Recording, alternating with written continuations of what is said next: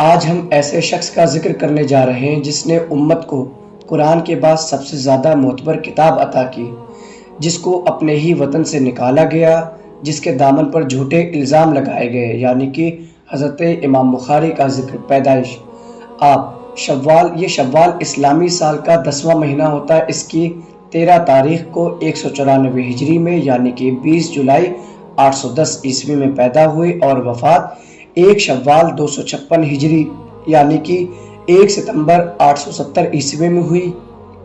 آپ کی کل عمر 13 دن کم 62 سال ہوئی اور آج 2023 میں آپ کو دنیا سے رخصت ہوئے 1153 سال ہو چکے ہیں۔ آپ کا مزار ازبکستان میں ہے، پکا اور بلند ہے۔ نام: امام بخاری کا نام ابو عبداللہ محمد بن اسماعیل بن ابی حسن بن ابراہیم بن مغیرہ بن بردزبہ جعفی ہے۔ آپ شافعی مسلک کے تھے۔ آپ کے نام کے ساتھ حافظ بھی آتا ہے۔ محدثین کی جماعت میں حافظ اس کو کہتے ہیں کہ جس کو کم سے کم 1 لاکھ احادیث یاد ہوں، اور امام بخاری کو 1 لاکھ سے بھی زیادہ حدیثیں یاد تھی۔ آپ کا اصلی نام محمد ہے۔ یہ لفظ محمد قرآن میں 4 بار آیا ہے۔ اس کا مطلب ہوتا ہے جس کی بار بار تعریف کی جائے۔ اور آپ کے والد کا نام اسماعیل ہے۔ یہ اسماعیل لفظ قرآن میں 12 بار آیا ہے۔ آپ کے نام کے ساتھ بخاری بھی آتا ہے، جو آپ کی شہرت بھی ہے۔ آپ بخارا کے رہنے والے تھے، اس لیے آپ کو بخاری کہا گیا۔ پہلے یہ بخارا شہر خراسان میں آتا تھا، لیکن اب ازبکستان میں آتا ہے۔ امام بخاری کا فقہی مسلک شافعی تھا۔ امام قسطلانی 911 ہجری نے بھی اسی طرح لکھا ہے۔ امام بخاری کے نام کے ساتھ بردزبہ جعفی بھی آتا ہے۔ بردزبہ بخارا کی زبان کا لفظ ہے، جس کا مطلب ہوتا ہے کسان۔ آپ کے آبا و اجداد کسان تھے۔ بردزبہ کے بیٹے مغیرہ نے بخارا کے والی یمان جعفی کے ہاتھ پر اسلام قبول کیا تھا، جس کی وجہ سے آپ کو جعفی بھی کہا گیا۔ امام بخاری ایک اچھے خاندان سے تعلق رکھتے تھے۔ امام بخاری بچپن میں نابینا ہو گئے تھے۔ وجہ یہ تھی کہ آپ کے گاؤں میں ایک وبا پھیلی، جس کے چلتے آپ کی بینائی جاتی رہی۔ والدہ نے بہت رو رو کر دعائیں کی۔ ایک رات والدہ دعا کرتے کرتے اور روتے روتے سو گئی تو خواب میں حضرت ابراہیم کی زیارت ہوتی ہے اور فرمایا، تمہارا بیٹا کل صبح اس حال میں کرے گا کہ اس کی بصیرت واپس ہو چکی ہوگی۔ یہ صرف تیرے بکثرت رونے اور دعا کرنے سے ہوا۔ اور پھر 10 سال کی عمر میں امام بخاری نے بخارا کے محدثین کی کتابیں یاد کر لی۔ ابو جعفر محمد بن حاتم لکھتے ہیں، میں نے ابو عبداللہ محمد بن اسماعیل بخاری سے کہا، آپ کے طلب حدیث کا معاملہ کس طرح تھا؟ امام بخاری نے کہا، میں ابھی مکتب ہی میں تھا کہ میرے دل میں حدیث کو یاد کرنے کا شوق ڈالا گیا۔ پھر میں نے پوچھا، اس وقت آپ کی عمر کتنی تھی؟ امام بخاری نے کہا، 10 سال۔ اس کے بعد میں علماء کی محفلوں میں بیٹھنے لگا، اور پھر جب 16 سال کا ہوا تو میں نے عبداللہ بن مبارک اور دیگر علماء کی کتابوں کو حفظ کر لیا تھا۔ اس کے بعد میں اپنی والدہ اور اپنے بھائی احمد کے ساتھ مکہ تشریف لے آیا، اور جب حج سے فارغ ہوا تو میرا بھائی اور میری والدہ بخارا واپس ہو گئے اور میں طلب حدیث میں وہیں رہا۔ اور پھر جب امام بخاری 18 سال کے ہوئے تو امام بخاری نے صحابہ اور تابعین کی فضیلت پر اور ان کے اقوال پر ایک کتاب لکھی، جو حضور کے روضہ انور کے پاس بیٹھ کر لکھی، جس کا نام کتاب التاریخ رکھا۔ امام جس وقت یہ کتاب لکھ رہے تھے وہ عبید اللہ بن موسیٰ کی حکومت کے دن تھے۔ ایک بزرگ عبداللہ بن طاہر نے جب اس کتاب کو پڑھا تو تعجب سے کہا، میں نہیں سمجھتا یہ اس لڑکے نے لکھی ہے۔ ابو العباس کہتے ہیں، اگر کوئی شخص 30,000 حدیثیں بھی یاد کر لے تو امام بخاری کی تصنیف کتاب التاریخ کے برابر نہیں ہو سکتی۔ امام نے یہ کتاب 212 ہجری میں لکھی، اور پھر حدیث کی تلاش میں امام نے مختلف شہروں کے سفر کیے، مصر، بصرہ، مکہ، مدینہ، کوفہ، شام وغیرہ۔ امام بخاری نے اکثر علم امام اعظم کے شاگردوں سے سیکھا، جیسے کہ مکی بن ابراہیم حنفی، یہ بھی امام اعظم کے شاگرد ہیں۔ عبید اللہ بن موسیٰ، یہ بھی امام اعظم کے شاگرد ہیں۔ امام بخاری کے استادوں کے استاد ہمارے امام اعظم نعمان ہیں۔ امام بخاری نے 18 سال کی عمر سے کتاب لکھنا شروع کیا۔ امام بخاری نے جن استادوں سے انہوں نے کسب فیض کیا ان کی تعداد 1080 بتائی جاتی ہے۔ ان میں امام احمد بن حنبل، علی بن مدنی، یحییٰ بن معین، اسحاق بن راہوے، محمد بن یوسف، ابراہیم وغیرہ شامل ہیں۔ امام بخاری کا حافظہ بہت مضبوط تھا۔ امام جو ایک بار پڑھ لیتے اس کو نہ بھولتے۔ امام بخاری نے بہت سی کتابیں لکھی، جیسے کہ الجامع الصحیح، جز رفع الیدین، قرات، کتاب بر الوالدین، کتاب التاریخ، ادب المفرد، تفسیر کبیر، مسند الکبیر وغیرہ۔ امام بخاری کی اکثر کتابوں نے شہرت پائی، لیکن جس کی وجہ سے آپ کی شہرت تمام عالم میں ہوئی وہ آپ کی الجامع الصحیح، جس کو ہم بخاری شریف کہتے ہیں۔ بخاری شریف کا اصل نام الجامع الصحیح المسند المختصر من امور رسول اللہ صلی اللہ علیہ وسلم و سننہ و ایامہ ہے، لیکن عوام میں بخاری شریف مشہور ہو گیا۔ اس مبارک کتاب کو بہت رتبہ ملا، اتنا رتبہ کی بات قرآن تمام عالم نے اسلام نے اس کتاب کو دوسرا مرتبہ دیا۔ امام بخاری نے اس کتاب کو 16 سال میں لکھا۔ اس کی شروعات تو امام بخاری نے مکہ شریف میں کی، لیکن اختتام مدینہ منورہ میں کیا۔ حالانکہ حدیث کی کتابیں بخاری سے پہلے بھی موجود تھیں، جیسے کہ امام اعظم کی کتاب الآثار، امام مالک کی موطا، امام احمد بن حنبل کی مسند وغیرہ، لیکن ان سب حدیث کی کتابوں میں صرف صحیح حدیث لکھنے کا التزام نہیں تھا، بلکہ ان میں ہر طرح کی حدیثیں موجود تھیں۔ تو اس بات کی ضرورت محسوس ہوئی کہ کوئی ایک ایسا مجموعہ ہو جس میں صرف صحیح حدیث ہی لائی جائے۔ اسی ضرورت کو دیکھتے ہوئے امام بخاری کے استاد اسحاق بن راہوے نے امام بخاری سے کہا، کاش تم حضور کی احادیث کو صحیح سند کے ساتھ اکٹھا کرو۔ امام بخاری نے اس کام کا آغاز کیا۔ امام بخاری جب بھی اپنی کتاب میں کوئی حدیث لکھتے تو پہلے غسل کرتے، پھر وضو کرتے، پھر 2 رکعت نفل ادا کرتے۔ امام بخاری نے 6 لاکھ احادیث سے انتخاب کیا۔ اس کتاب میں امام بخاری نے 7275 حدیثیں لکھی اور حذف مقررات کے بعد یہ تعداد 4000 بچتی ہے۔ لیکن اب جو جدید نسخے آ رہے ہیں ان میں 7563 احادیث موجود ہیں۔ اس کتاب میں امام بخاری جب بھی کوئی احادیث کا باب قائم کرتے ہیں تو حدیث لکھنے سے پہلے قرآن کی آیت پیش کرتے ہیں اور اسی پر اکتفا کرتے ہیں، لیکن کبھی کبھی صحابہ کے آثار، تابعین کے قول سے تائید کرتے ہیں۔ اس کتاب کی شہرت بے حد ہوئی، قرآن کے بعد سب سے زیادہ اعتماد اسی پر کیا جانے لگا۔ اس کتاب کو اگر مشکل میں پڑھا جائے تو وہ حل ہو جاتی ہے، اور جس بھی کشتی میں صحیح بخاری موجود ہو انشاءاللہ وہ ڈوبتی نہیں۔ حافظ ابن کثیر لکھتے ہیں، خشک سالی میں صحیح بخاری کی تلاوت سے بارش ہو سکتی ہے انشاءاللہ۔ اس کتاب کی اتنی فضیلت ہے تو صرف عربی میں اس کو پڑھنا سمجھ سے باہر ہوگا، تو علماء نے آسانی کے لیے اس کی کئی شرح امت کے حوالے لکھ چھوڑی، اور بخاری کی شرح پر اتنا کام ہوا کہ 50 سے زیادہ ہر مسلک نے اس کی شرح لکھی۔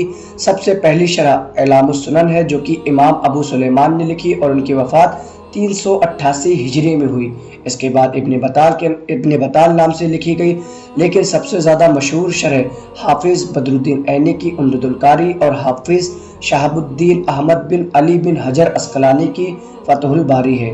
دیوبند مکتب فکر سے اب تک 4 شروحات لکھی جا چکی ہیں، جن کے نام فیوز الباری، انوار الباری، کشف الباری، انعام الباری ہے، اور مکتب اہل سنت کی طرف سے بھی 4 لکھی گئی ہیں۔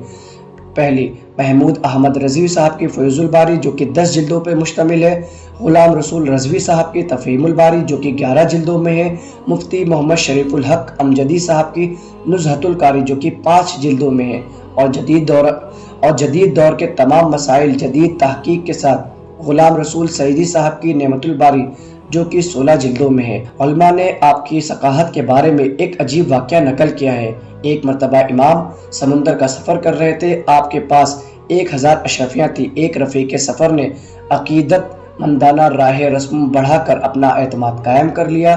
حضرت امام بخاری نے اپنی اشرفیوں کی اسے اطلاع دی۔ ایک روز آپ کا یہ رفیق سو کر اٹھا تو اس نے بآواز بلند رونا شروع کر دیا اور کہنے لگا، میری 1000 اشرفیاں گم ہو گئی ہیں۔ چنانچہ تمام مسافروں کی تلاشی شروع ہوئی۔ حضرت امام بخاری یہ دیکھ کر کہ اشرفیاں میرے پاس ہیں، وہ 1000 ہیں، تلاشی میں ضرور مجھ پر چوری کا الزام لگایا جائے گا، اور یہی اس کا مقصد تھا۔ امام نے یہ دیکھ کر وہ تھیلی سمندر کے حوالے کر دی۔ امام کی بھی تلاشی لی گئی مگر وہ اشرفیاں ہاتھ نہ آئی، اور جہاز والوں نے خود اسی مکار رفیق کو ملامت کی۔ سفر ختم ہونے پر اس نے حضرت امام بخاری سے اشرفیوں کے بارے میں پوچھا تو آپ نے فرمایا، میں نے ان کو سمندر میں ڈال دیا۔ وہ بولا، اتنی بڑی رقم کا نقصان آپ نے کیسے برداشت فرمایا؟ آپ نے جواب دیا، جس دولت ثقافت کو میں نے تمام عمر حاصل کیا ہے اور میری ثقافت جو تمام دنیا میں مشہور ہے، کیا میں اس کو چوری کا اشتباہ اپنے اوپر لے کر ضائع کر دیتا اور اشرفیوں کی عوض اپنی دیانت اور امانت اور ثقافت کا سودا کر لیتا؟ میرے لیے ہرگز یہ مناسب نہ تھا۔ قابل رشک اوصاف اور معمولات۔ امام بخاری رحمۃ اللہ علیہ شبہات سے بچنا والد گرامی سے وراثت میں ملا تھا۔ حقوق العباد کی پاسداری میں بھی اپنی مثال آپ تھے۔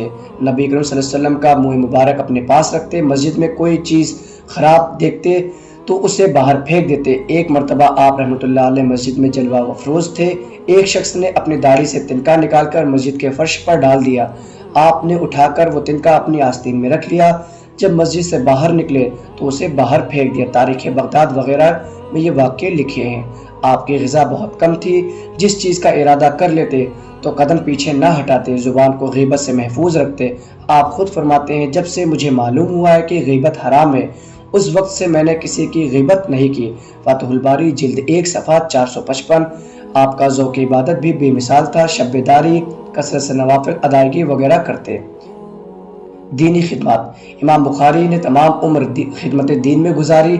آپ نے کئی تصنیف فرمائی جن میں بخاری شریف کو عالمگیر شہرت حاصل ہوئی، بلکہ اس مبارک کتاب کا پڑھنا تو مشکلات حل کرنے کے لیے اکثر اور قحط سالی کے خاتمے کا سبب بن گئی۔ بارگاہ رسالہ سے سلام: ایک شخص نے رسول اللہ صلی اللہ علیہ وسلم کو خواب میں دیکھا، آپ صلی اللہ علیہ وسلم نے فرمایا کہاں جانے کا ارادہ ہے؟ اس نے عرض کی محمد بن اسماعیل بخاری کے پاس جانے کا ارادہ ہے۔ نبی صلی اللہ علیہ وسلم نے فرمایا اسے میری طرف سے سلام کہنا۔ امام ہی کی کتاب پڑھ کر لوگ عالم، صوفی، محدث بنتے۔ امام بخاری بہت بڑے صوفی، عالم، مقرر، خطیب، استاد، تقوی پسند تھے۔ امام بخاری 250 ہجری میں نیشا پور آئے اور درس دینے لگے۔ اس زمانے میں نیشا پور کی ریاست کے والی محمد بن یحییٰ تھے۔ امام بخاری کی درسگاہ میں بہت بھیڑ ہونے لگی تو وہیں حسد کرنے والے بھی بڑھ گئے، اور کچھ حاسدین کو آپ کی یہ کامیابی بری لگنے لگی تو انہوں نے ریاست کے حاکم محمد بن یحییٰ کو امام بخاری کے خلاف کر دیا اور یہ مشہور کیا کہ امام بخاری یہ کہتے ہیں کہ قرآن مخلوق ہے۔ جب ریاست کے حاکم کو یہ بات پتہ چلی تو امام بخاری کے لیے یہ اعلان کیا کہ امام بخاری کا بیان سننے کوئی نہ جائے، اور پھر سب نے امام بخاری کے پاس جانا بند کر دیا سوائے امام مسلم کے۔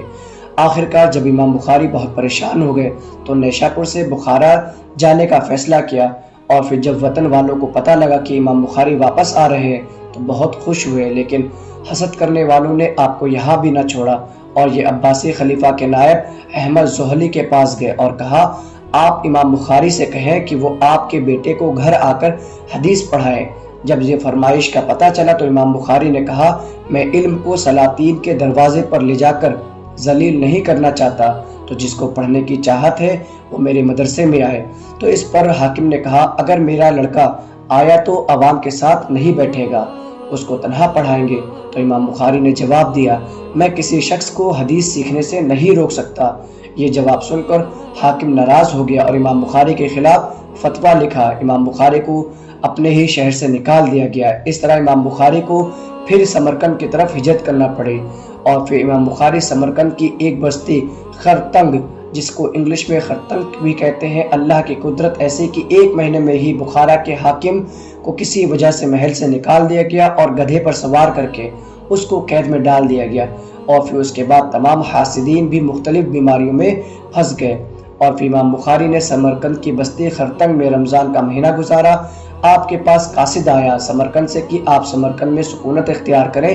امام بخاری نے جانے کی تیاری کی، لیکن طاقت نے ساتھ نہ دیا اور وہیں لیٹ کر کچھ دعائیں پڑھی اور جسم سے لگاتار پسینہ بہتا رہا، اور پھر یہ مشہور ہستی شوال اسلامی سال کا 10واں مہینہ 56 ہجری میں یہ چمکتا سورج ڈوب گیا۔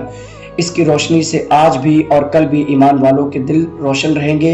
امام بخاری کی قبر وہی سمرقند کے خرتنگ میں بنائی گئی۔ نماز جنازہ کے بعد جب مٹی ڈالی گئی تو خوشبو آ رہی تھی۔ آپ کی مزار پر آ کر لوگ بارش کی دعائیں کرتے تو بارش ہو جاتی۔ تو یہ تھے امام بخاری۔